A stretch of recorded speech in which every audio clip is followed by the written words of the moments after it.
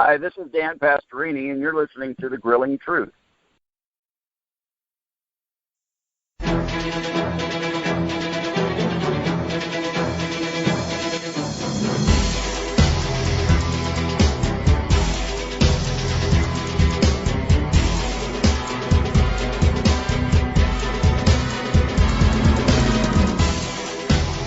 Welcome to the Grilling Truth's NFL Legend Show, brought to you by Gridiron Mo, a new interactive football app where you get to call what the offense or defense should do during a live NFL game and see what all other fans have called also. Check out Gridiron Mo at www.gridironmo.com.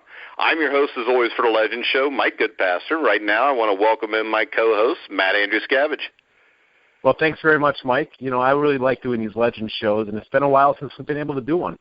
Yeah, I mean, I think the last guy that was on our Legend show was what? We had Tim Crumry and Lynn Barney, but those were all daytime interviews you couldn't have to do because you're a sucker and got a real job. Yeah, it was a bummer to miss that, but I do my best to make time, and I definitely am looking forward to tonight. All right, our guest today, one of the best running backs of the decade of the 80s, power back, could do everything, could block, could catch the ball out of the backfield, four-time Pro Bowler for the Atlanta Falcons. Help me welcome to the show, William Andrews. How you doing, William? Hey, good evening, guys. How you guys doing? It's great to have you on. Like I said, I think there's no doubt you were one of the best running backs I ever saw, so really excited to get you on. And we got to give a shout-out to Gary Burley for helping get you on. So. Well, yeah, Gary's a good friend, and I've been knowing him, and we've been buddies for a minute, played together and against each other when he was at the Bengals. And now he joined us down here in Atlanta for about 3 or 4 years, and we just had a great relationship. All right, so let's go ahead and get started. How did you get started with the game of football, and who were some of your early influences? Well, I got started early, at YMCA. It was the Western YMCA down in Thomasville, Georgia. I'm a dirt farmer, South Georgia boy, so we need to do something on the weekends, and the YMCA was a great start for us because that's where we actually, see who was the best in the neighborhood and that kind of thing. So we would put on scrimmages and that kind of against different, because I lived in the project. So we would put on scrimmages to each project that was in our area, and we'd see who the best players were. And so finally, we started getting organized and went to the YMCA and started putting that all together. So I guess that's where I started my skill set, and then it just kept growing from there. Well, fast forwarding through, after you got started, obviously you were talented enough to attend college and play in college football. So what made you decide on Auburn? Well, Auburn offered a lot of, first of all, it was a great school, period. And then it offered me a chance to get an education, which my mother wanted. Now, my mother she was some kind of woman, right? She didn't want me to go to, she didn't want me to go too far from home. She didn't want me to go to Atlanta because Georgia Tech was on the scale too. I knew I wasn't going out to California to play at USC and any of those colleges. I knew I wasn't going to LSU because LSU never recruited me. So it came down to Georgia, Auburn, and Georgia Tech. And my mom said, there's no way you're going to Atlanta. It's just too much killing up there. So they cut that out. And then Georgia, because they wrote a bad article on me because I decided I wasn't going to go there because I just didn't like the coaches at the time. And so they really tried to do me in the papers in terms of me not going to Georgia. And so I wound up at Auburn and had a successful career with two great backs, James Brooks and Joe Cribbs. And so I was right at home with those guys, although I blocked primarily for them, but it was fun to watch them run.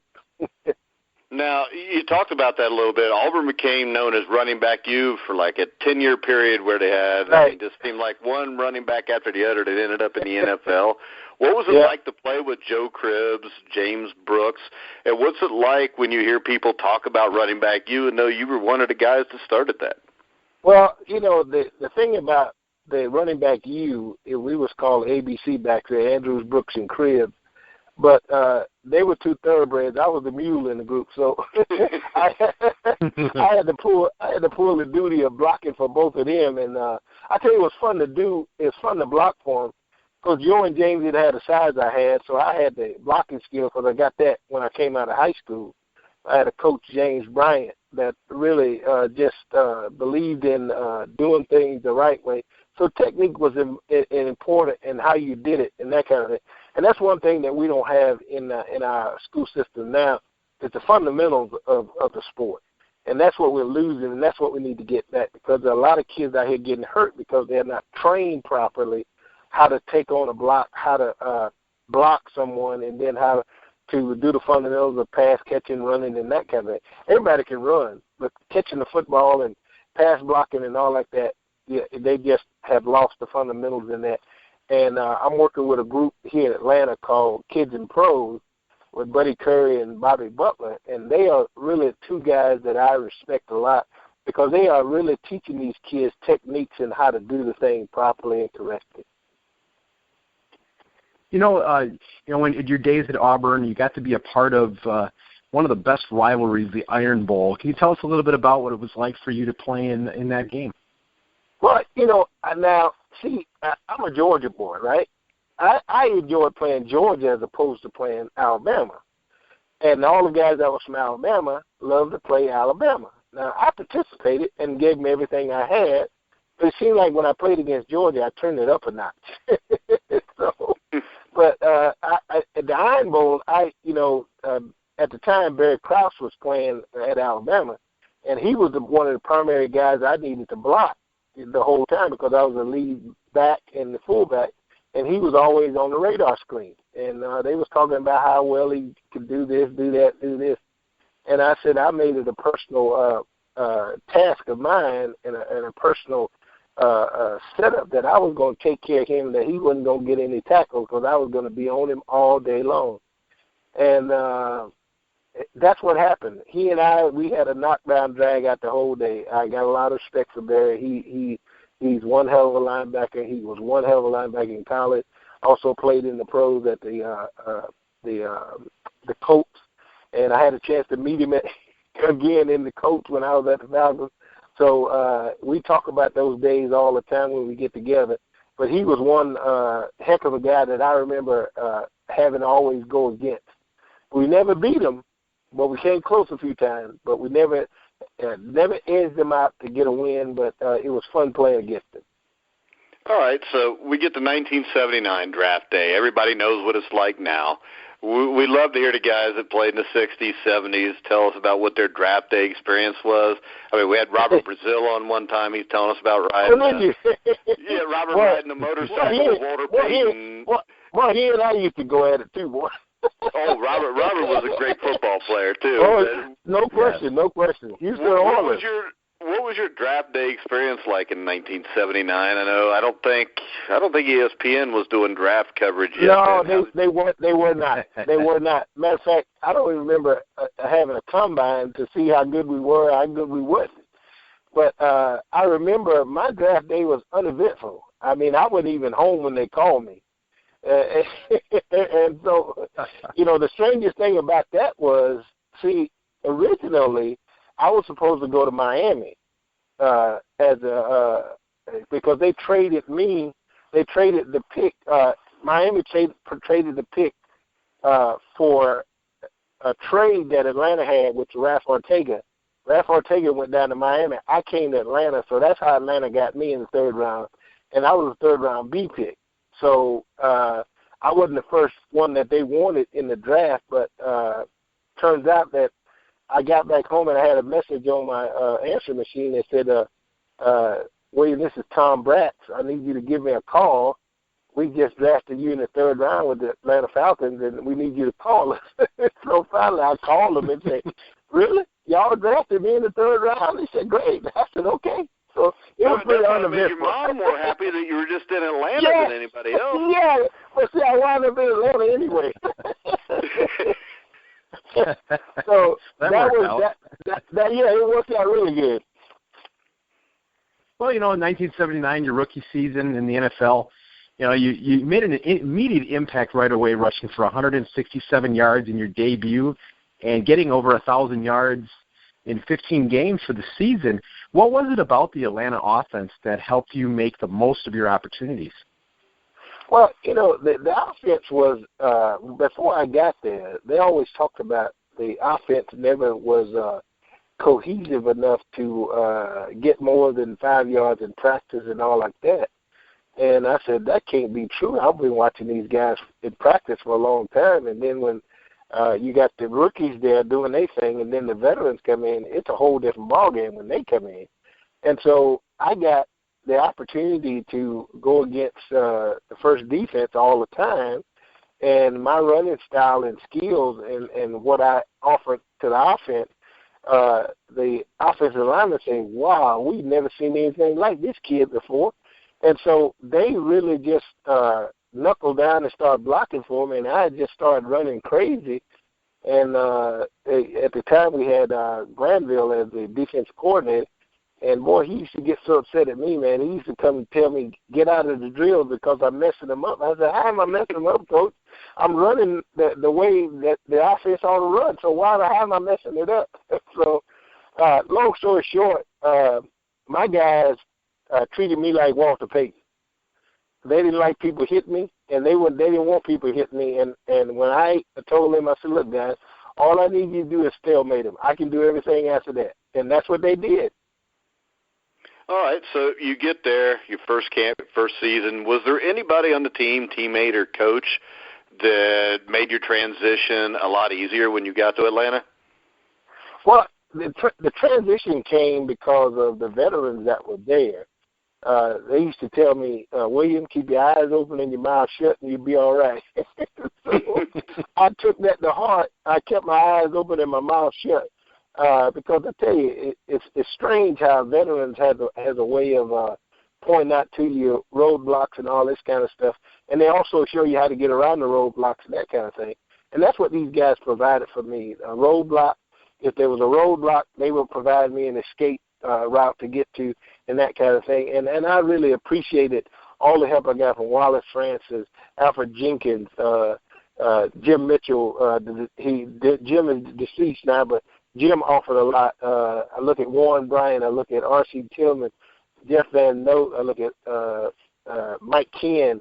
And those guys just really offered me, because I was like an interior lineman because I was a fullback. So I did the same thing they did, and I had to make sure that my area was taken care of before I ventured out looking for anything else. And, of course, my good buddy Len Kane, which added up the other part of what we did. And so he blocked for me, I blocked for him, and we just made the most of every opportunity we got. And it was great to have him and great to have all those guys around me at the time I was playing. Well, 1980 was a real special season, obviously, for you personally and for the team, for the Atlanta Falcons. Go 12-4, ride a 9-game winning streak after starting 3-3. What was it that made that team so special? Well, I think we started believing in each other a lot more. And then we took the responsibilities for our areas. We didn't try to go outside of the box in terms of what we needed to do for the guys that was in front of us. We took care of our areas, and that's what we handled. And I think from that, everything gelled from that. Bartkowski got a lot more confident in his pass rushing and in pass protection, that he never did get hit. And the one thing that he takes pride in, even to this day, that when we played tough linebackers like Lawrence Taylor and those guys, they never put a glove on him because we would keep those linebackers off of him. And I think he got confidence in the fact that he had two guys that he could trust to watch his back and watch his front. And so guys never got close to him, and that's why he was able to complete so many passes. And at the same time, the linemen were ferocious up front and blocking people and giving us just a crack that we could get through, and we gained a lot of yards just being around them. Yeah, I mean, you talked about that. I mean, you had Jeff Van Note, Mike Ken. I think Mike Ken should be in the Hall of Fame. No question. You want to talk a little bit about those guys, especially Mike Ken, because he's a guy that doesn't get recognized a whole lot, and he should, because I think he's one of the greatest offensive linemen to ever play the game.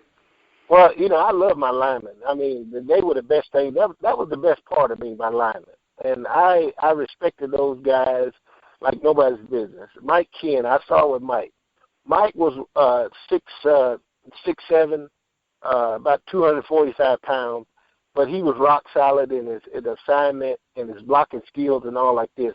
And I've never seen a guy get around him to get the Bartkowski because he always had great technique. And the thing about him is that the one thing about, and I'll go back to my linemen, the one thing that it's in disarray right now is the people that are choosing these guys to go in the hall, they don't know about us. They don't know about it because these kids are way younger than you guys are. So how are they going to choose? And the thing is this, though, William, the thing that makes me mad is this, but yet they're going to nominate Paul Tagliabue and Jerry Jones. The only thing Jerry Jones ever did was ruin one of the best dynasties in NFL history, and they're only going to allow one senior player in, Kenny Easley. I mean, why not allow 3 players in and ignore, the self-surrogating NFL crap? I agree with you 100%. What did an owner do other than owners? I mean, he never got a jock strap. He never put a jock strap on. He never strapped on a pair of shoulder pads. He never had to go through 2 a day. He never did anything like that. I understand owners are owners, but they can't be qualified to us in terms of being in a Hall of Fame based on what they did. And all you did was own it. You didn't do anything other than but make the decision. You fired, or you hired, or you cut, or you playing. That's basically it. But I digress. Yeah, and the thing about Jerry Jones is his biggest accomplishment is $1 billion stadium that the taxpayers had to pay half of. Well, hey, I tell you, they get smarter and smarter every day. Well, they just get crookeder and crookeder every day, William. well, look, you said it. You said it. I didn't say that. but I tell you, it's upsetting to me because when you look at guys that have been in the Hall. Now, take me for example, right? I won't be considered for the Hall because guess what? They loop me in with the running backs and everybody else. But if you look at the last fullback they inducted in the Hall of Fame was Larry Zonka. Yeah. Larry Zonka was the last fullback. Now, he was a true fullback like I was a true fullback. I wasn't no running back. I wasn't no tailback. I was a fullback. But do you think they would look at any of the things I did as a fullback in order to consider me for the Hall? No, because guess what? I'm a running back, so I am looped in with all those guys. But if you look at my career, I put up numbers like tailbacks, and I was a fullback. So There won't be another fullback inducted into the Hall of Fame because they looped everybody together. I am a true fullback. I've never been a tailback. Yeah, and what they'll do is their cop-out will be, well, he only really had 4 good years. But in those 4 years, I did more than anybody in 4 years. I mean, they're pulling the same stuff with Terrell Davis, who had 2 outstanding Super Bowl games, including an MVP. I know.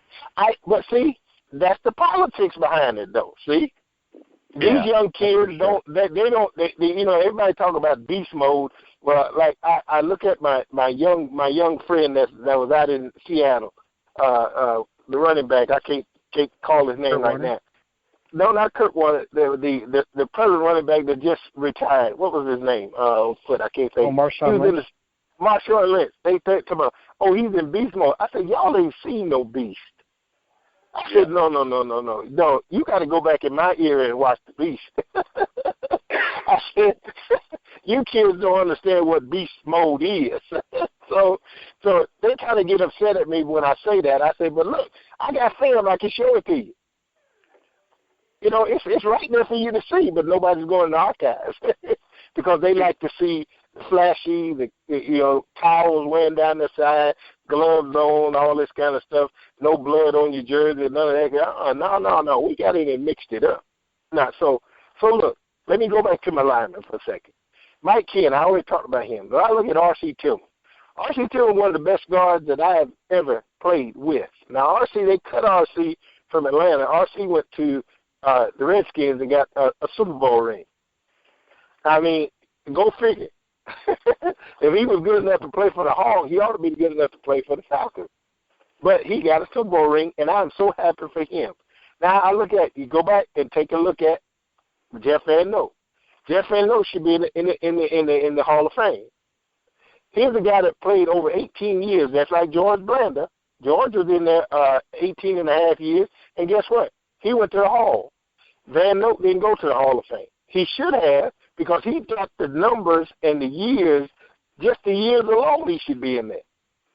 So I jumped from Van Note, which he had all the skills because he made all the calls.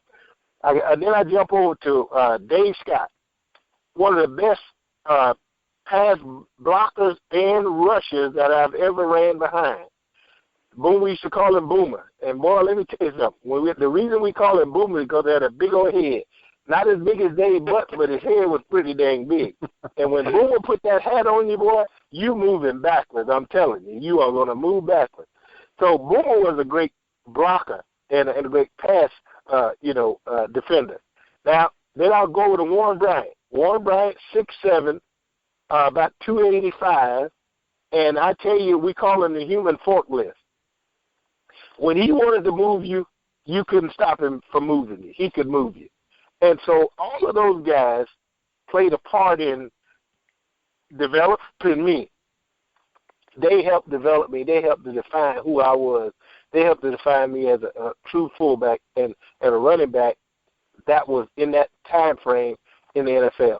And then I go to Jim Mitchell, which taught me all the wisdom that I presently have about how the game ought to be played, the kind of blocks that you do, if you want to roll a guy up, if you want to cut block, all this kind. He taught me all of that, right?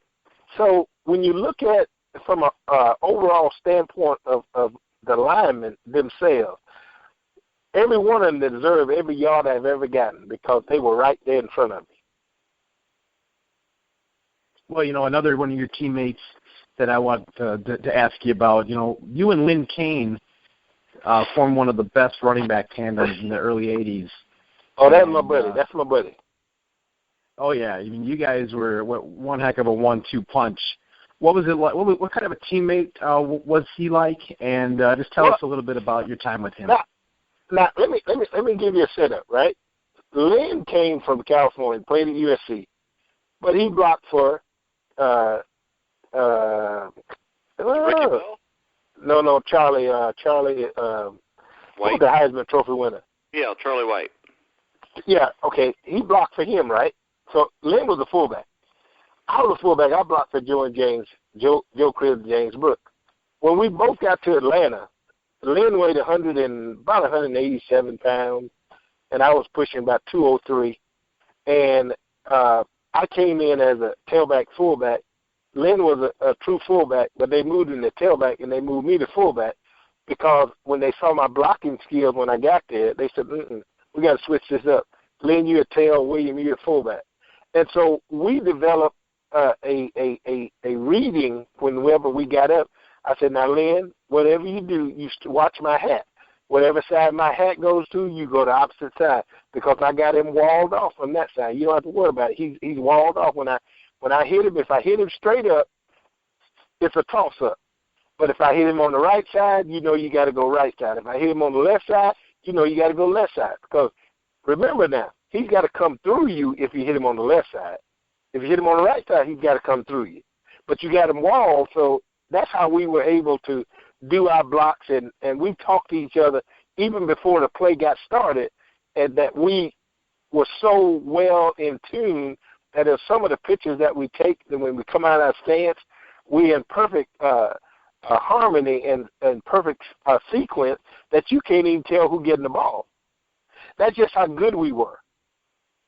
And so having Lynn compliment me and me compliment him, oh man, it was a wonder. And I hated when he went down. Yeah, and you talked about that backfield. You guys also had Steve Bartkowski, who's a guy a lot of people, younger people, don't know about. You want to tell people or describe him to people that may never have saw him play and what was so special about him? Bart was a wonder, let me tell you. I mean, I know he got injured around before I got there in terms of his knees and all that kind of stuff, but this guy had an arm like nobody's I've ever seen. and he had so much touch on the ball. Most quarterbacks today don't have touch on their ball. They either going to zip it or they're going to float it. This guy he know when to zip it, and he know when to float it, and he knows when to put air on it when the guys need to go get it. This guy could throw from goalpost to goalpost, and I tell you, I've never seen anything with effortlessly. He could throw it from goalpost to goalpost. I've never seen anything like it before in my life. And, Bart was a heck of a baseball player, too. So when I watched this guy in practice, just out there just throwing, and then me on the receiving end of catching his ball, it was just like catching a powder puff. That's how soft it was when it hit your hands. And then if you had to zip it, you know what you had to do to make your arms do like shock absorbers, catch it and let it ride all the way in. So we understood all of his rhythms and that kind of thing. But, and a lot of guys put him down, but he's one of the best quarterbacks I've ever played against. And I've seen Joe Theismann, I've seen Jaworski, I've seen Dan Fowle, I've seen all these guys. I've seen even Joe Montana. Steve Bartkowski had the best throwing arm and the best touch on the ball I've ever seen. Now, the other one that's probably a little better than him was Doug Williams. Yeah, from Grambling. Yeah. Playing with the Buccaneers back then. He had a cannon for an arm, too. I have never seen him throw a ball that was wobbling. All of his balls were darts, and they were perfect spirals. Never seen it. Even when he was falling, they were a perfect spiral. Well, tell us a little bit about. You definitely told us a lot about your teammates, and we know, the kind of talent that you played with. What were some of your proudest memories, and from your pro career? Well, I think one of the proudest memories was when we won the Western Division that year, and we dedicated ourselves to that we were going to get it right this time, and we did. The greatest camaraderie of any group I've ever played against, and to this day, we all stay in touch with most of the guys that we played with, and we see most of the guys that we played with. And so, I look at Joel Williams, I look at Al Richardson, I look at Buddy Curry, I look at Robert Pennywell, I look at Fulton Kuykendall, I look at the guys that played in the interior line on defense, Jeff Merrill, Don Smith, and also Jeff Yates. All these guys had a almost like a second sense of seeing where the play developed and seeing how they could stop it, and on offense the same way, seeing what they could do to move this guy right or left and that kind of thing. So I think the proudest moment of mine is when we won the Western Division. And, we did it with all odds against us, and it was just a wonderful time for me. And I think when I look back on it, I still think that's one of the most proudest moments of my life is when we won the Western Division. All right, so we talked that your career basically ended on an injury. How hard was it to transition into, I guess, what you would say is normal life after being an NFL player, and having taken away, what you dreamed about as a kid, you were doing it, and to have it taken away through something that you couldn't help at all? Was it hard to transition? It was momentarily, but I tell you, you surround yourself with family and friends, and you really find out it's okay. There are a lot of guys that can't get out of the sports arena and do anything else. I was fortunate enough that I had enough going for me that I could see further than the football field.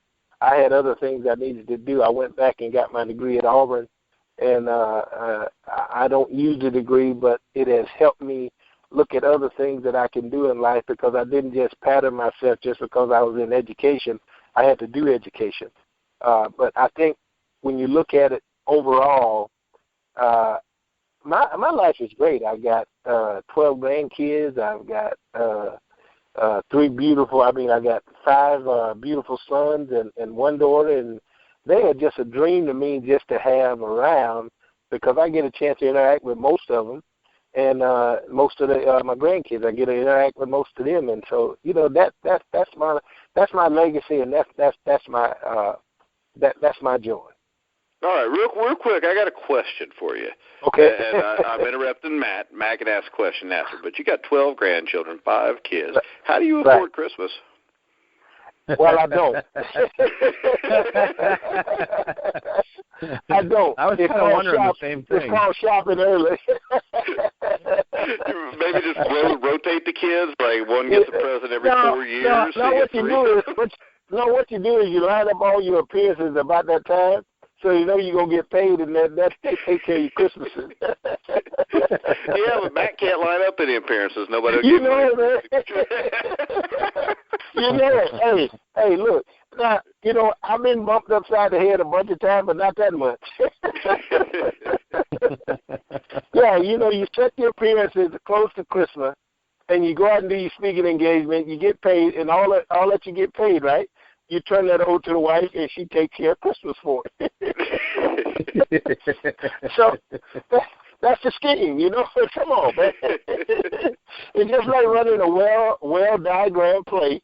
Okay, I want you to run 10 yards and square out, and by the time you turn your head around, the ball will be there. So that's how it's set up.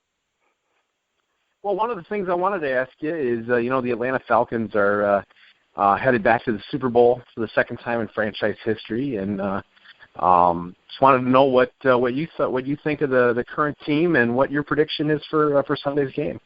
Well, my current take on the team right now is that they got a good football team. They really do, and I think start from Matt Ryan. I didn't know Matt. I met him. I guess it's been about a month ago. I met him at a Man of the Year award that the Falcons had. They was invited all the Man of the Year guys back.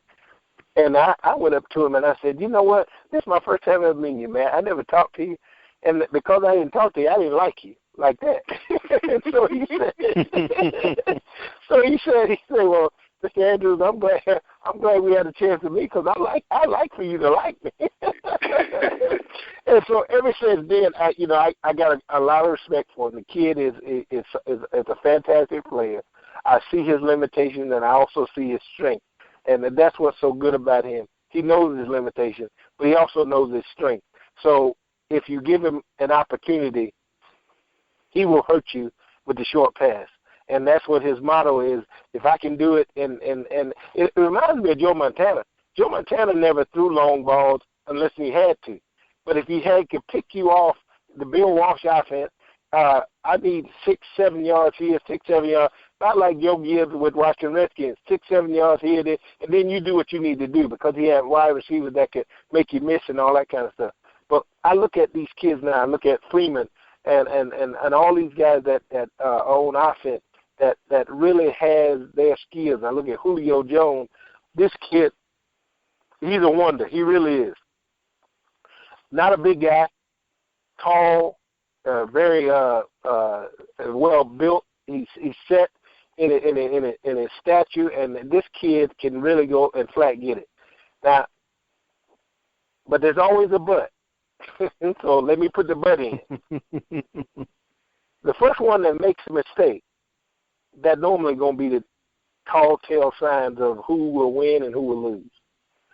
And I look at New England.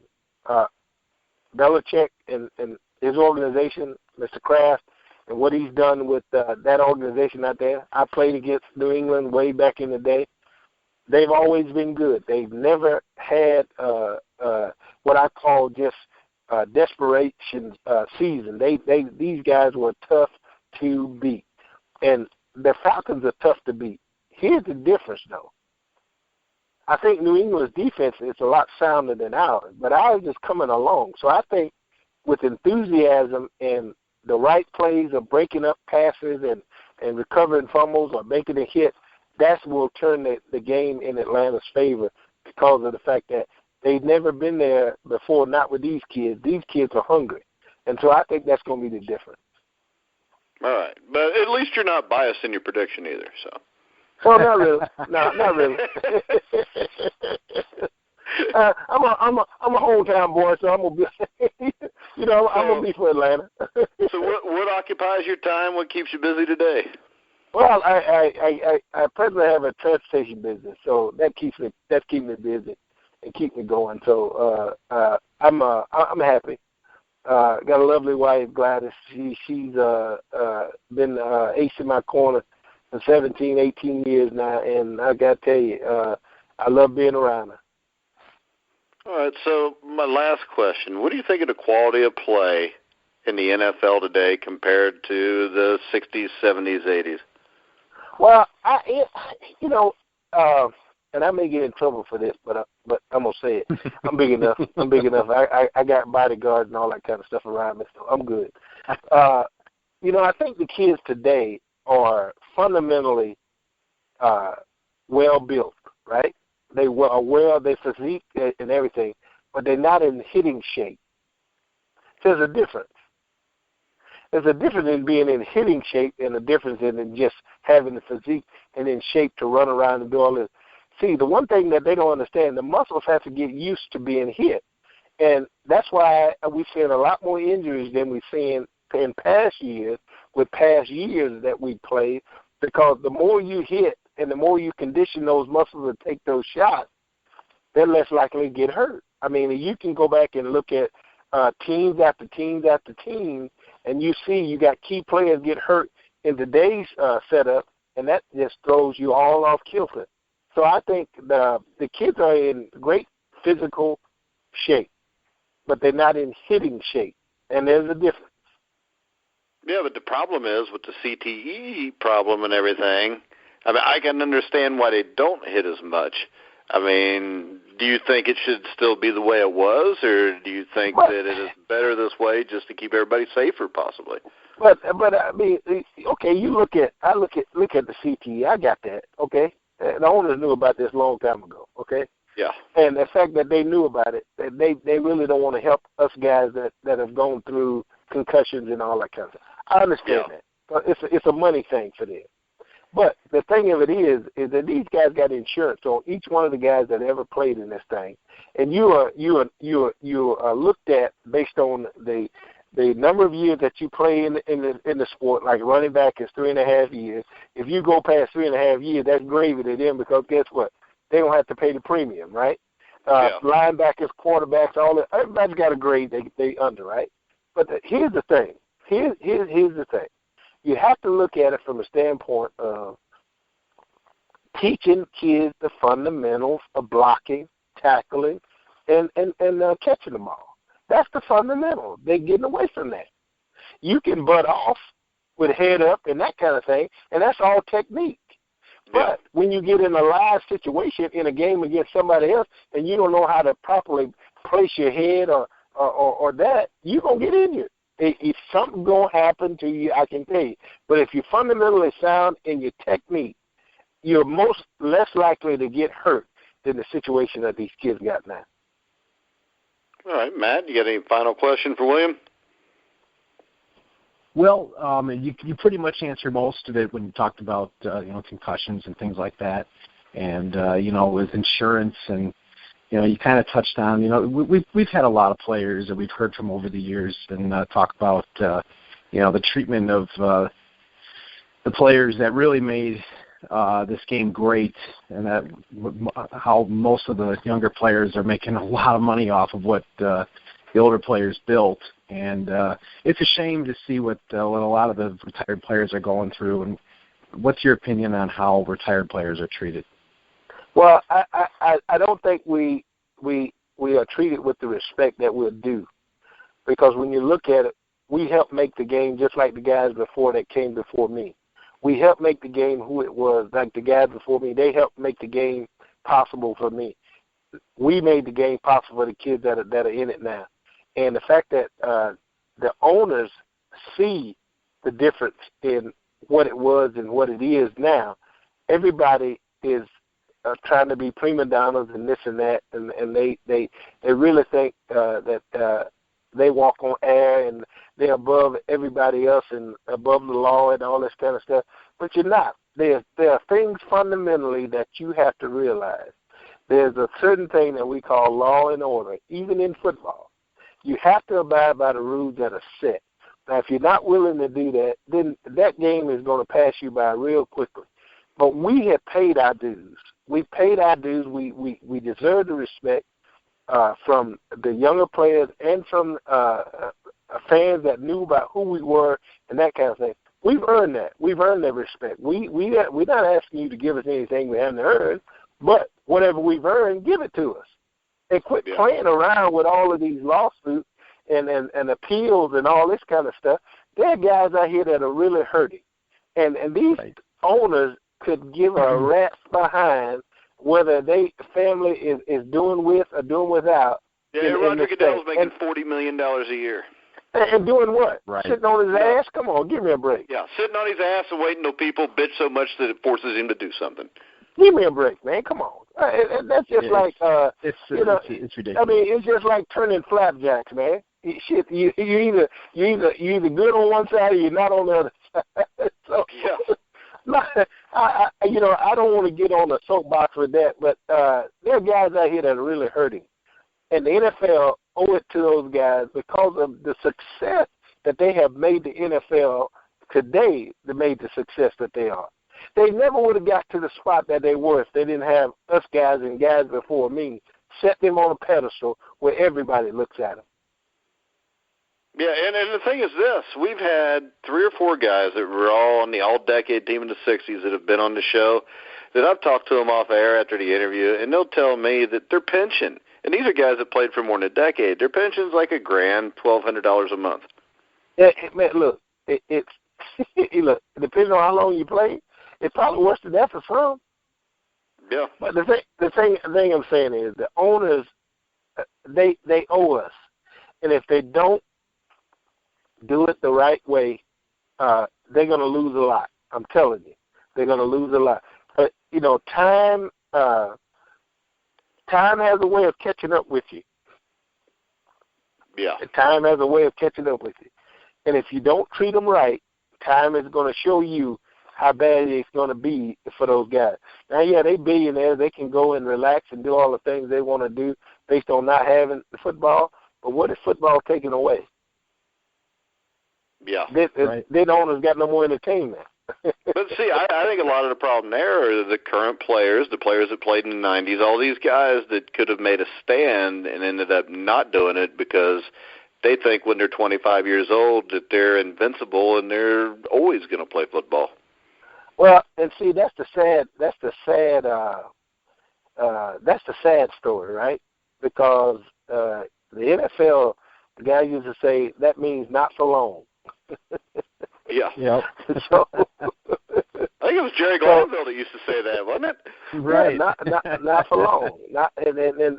And truly, it's not for long. I mean, you in it for a spot, and then barring injury or anything like that, and then barring, with the help of the good Lord, that you can stay in as long as my friend Van Note and George Bland and those guys stayed in for as long as they did.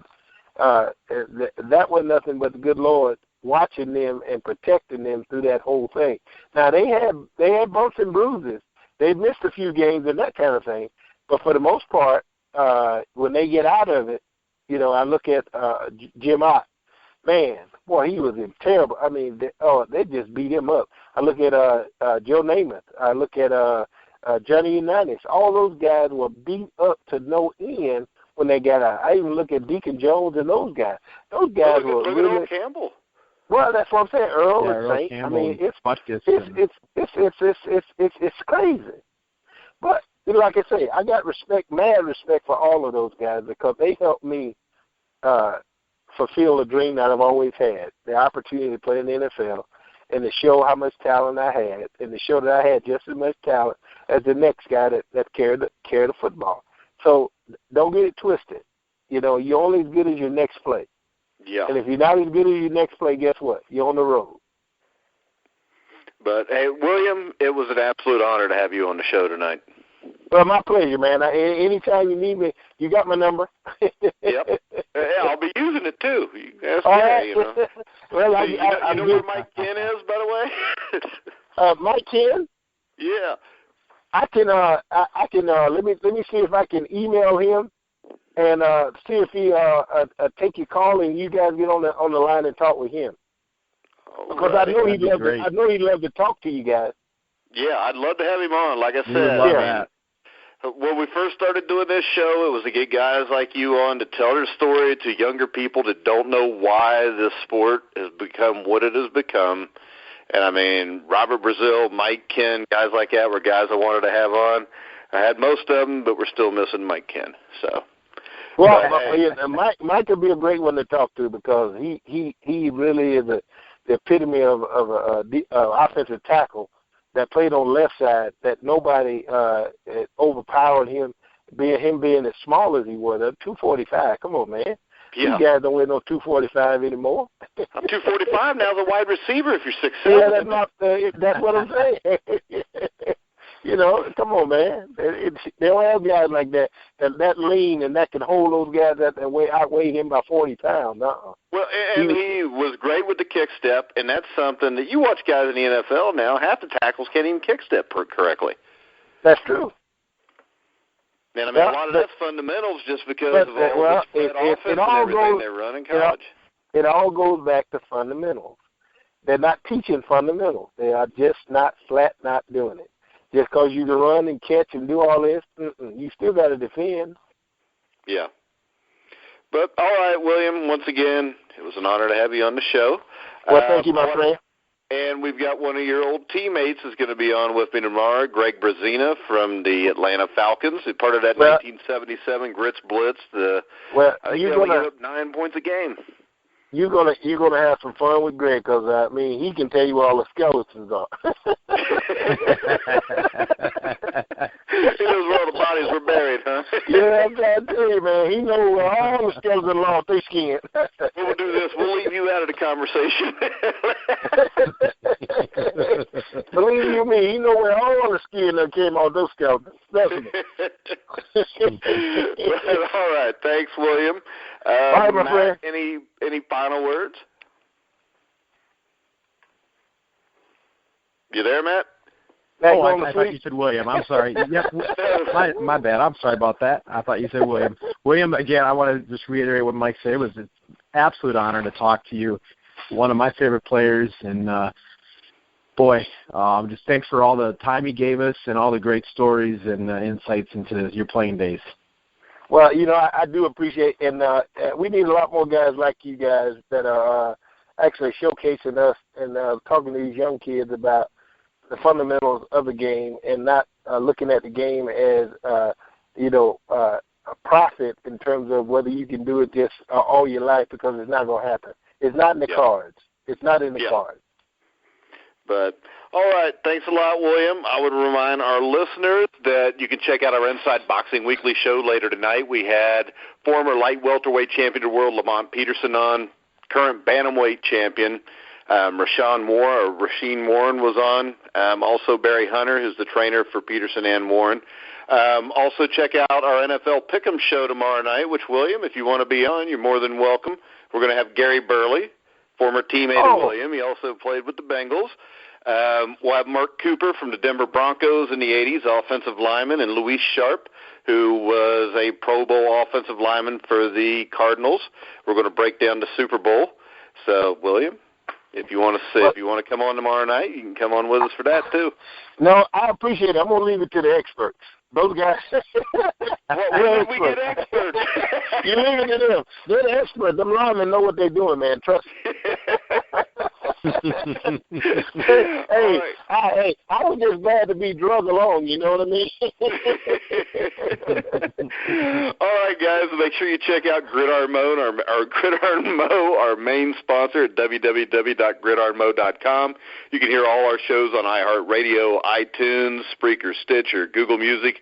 Wherever you find podcasts, you'll find The Grueling Truth. So for Matt Andruscavage, William Andrews, I'm Mike Goodpaster. You've been listening to The Grueling Truth, where the legends speak.